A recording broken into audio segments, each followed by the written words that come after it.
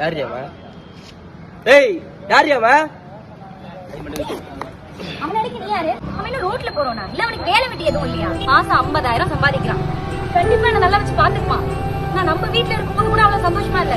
நீ எனக்கு ஏதாவது நல்லது பண்ணணும்னு நினைச்சுனா வீட்டுல சொல்லி இவன் கூட என்ன சேர்த்து வை. நீ வீட்டுல பார்த்து கூட இந்த மாதிரி நல்ல ஒரு மாப்பிள்ள உன்னால பார்க்க முடியாதுன்னா நீ கூட தான் லவ் பண்ற. நீ மட்டும் இவ்வளவு சுயநலவாதியா இருக்க.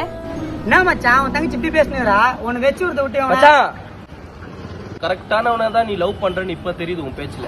ஏய் இது வரைக்கும் என் தங்கச்சி என்ன இழுத்து பேசுனதே கிடையாது. இன்னைக்கு அவன் பேசுறானா என்னை விட உன்னதான் அவளுக்கு ரொம்ப பிடிச்சிருக்கு. அவன் கண்ணுல இருந்து கண்ணீர் வரலாம். கல்யாணம் ஆயிட்டு என்னை விட்டு பிரிஞ்சு போகும்போதுதான் வரணும்.